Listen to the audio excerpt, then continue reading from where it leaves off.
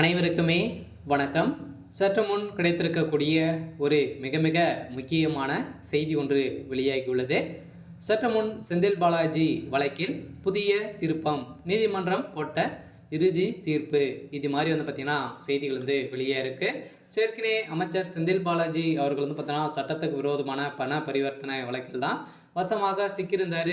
இந்த வழக்கின் அடிப்படையில் ஏற்கனவே புழல் சிறையில் ஒரு 1.5 வருட காலமாகவே இருந்திருந்த நிலையில் தான் இப்போ செந்தில் பாலாஜி அவர்களுடைய வழக்கில் புதிய திருப்பமாக தான் நீதிமன்றம் போட்ட உத்தரவின் அடிப்படையில் இவர் மீண்டும் அமைச்சராக தொடர விரும்புகிறாரா? உச்சநீதிமன்றத்தில் இன்று விசாரணை, நேற்று பார்த்தீங்கன்னா முன்தினம் விசாரணை நடைபெற்றிருந்த நிலையில் தான் செந்தில் பாலாஜிக்கு சரமாரியாக கேள்வி எழுப்பக்கூடிய நிலையில் இப்போ தமிழக மின்சாரத்துறை மற்றும் மதுவிலக்கு ஆயத்துறை துறையின் அமைச்சராக உள்ள செந்தில் பாலாஜி அந்த பதவியில் இருந்து தொடர விரும்புகிறாரா, இல்லை அதிலிருந்து விலகுகிறாரா என்பதை அவர் தரப்பு வழக்கறிஞர் உச்சநீதிமன்றத்தில் பார்த்தீங்கன்னா தாக்கல் செய்திருந்த நிலையில், இதனால் இன்றைய தினம் உச்சநீதிமன்றம் பரபரப்பாக இருக்கும் என தெரிந்திருக்கக்கூடிய நிலையில்தான்.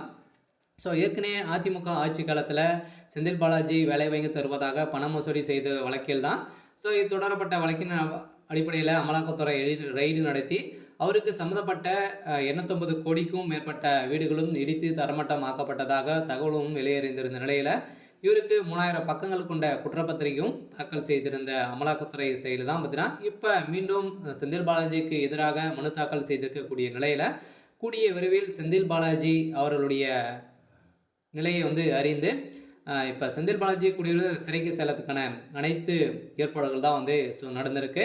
இந்த ஏற்பாடின் அடிப்படையில் புழல் சிறையில் இருக்கும் ஒரு 1.5 வருடம் மேல் இருந்த அவர் கடந்த உச்சநீதிமன்ற தீர்ப்பை எதிர்த்து ஜாமீன் நிபந்தனை எடுப்பில் வெளிவந்திருந்த நிலையில் இதற்கு 200 மேற்பட்ட சாட்சிகளாக இருப்பதாக மனுதாரர்கள் தெரிவித்திருந்த நிலையில் இதை கேட்ட நீதிபதிகள் வேலைவாய்ப்பு தொடர்பாக இதனை எத்தனை பேர் பாதிக்கப்பட்டுள்ளனர், எத்தனை அரசு ஊழியர்கள் சாட்சிகளாக இருக்கிறார்கள், அப்படி இருக்கும்போது செந்தில் பாலாஜி அமைச்சராக தொடர்வது எப்படி சரியாக இருக்கும் என கேள்வி எழுப்பியிருந்த நிலையில் தான் மேலும் செந்தில் பாலாஜி அமைச்சராக தொடர விரும்புகிறாரா இல்லையா என்பதை தெரிவிக்க வேண்டும் என நீதிபதிகள் அறிவித்திருந்த நிலையில் தான் அமைச்சரகத்தில் அவர் மீண்டும் செந்தில் பாலாஜி அவர்கள் அமைச்சராக தொடர விரும்புகிறார் அப்படின்னு பார்த்தீங்கன்னா கைது செய்யப்படுறதுக்கான அனைத்து ஏற்பாடுகளுமே நடந்துருக்கு.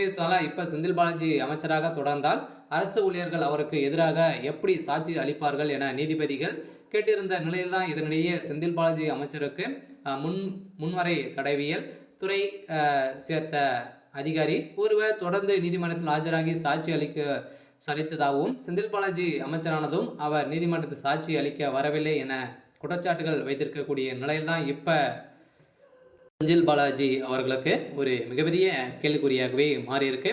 இருந்தாலும் என்ன நடக்க போகுது அப்படின்றத வெயிட் பண்ணி பார்க்கலாம். இது மாதிரி செய்திகளை தெரிஞ்சுக்கணும் அப்படின்னா மறக்காமல் நம்மளுடைய சேனலை சப்ஸ்கிரைப் பண்ணி சப்போர்ட் பண்ணுங்கள். தேங்க்யூ.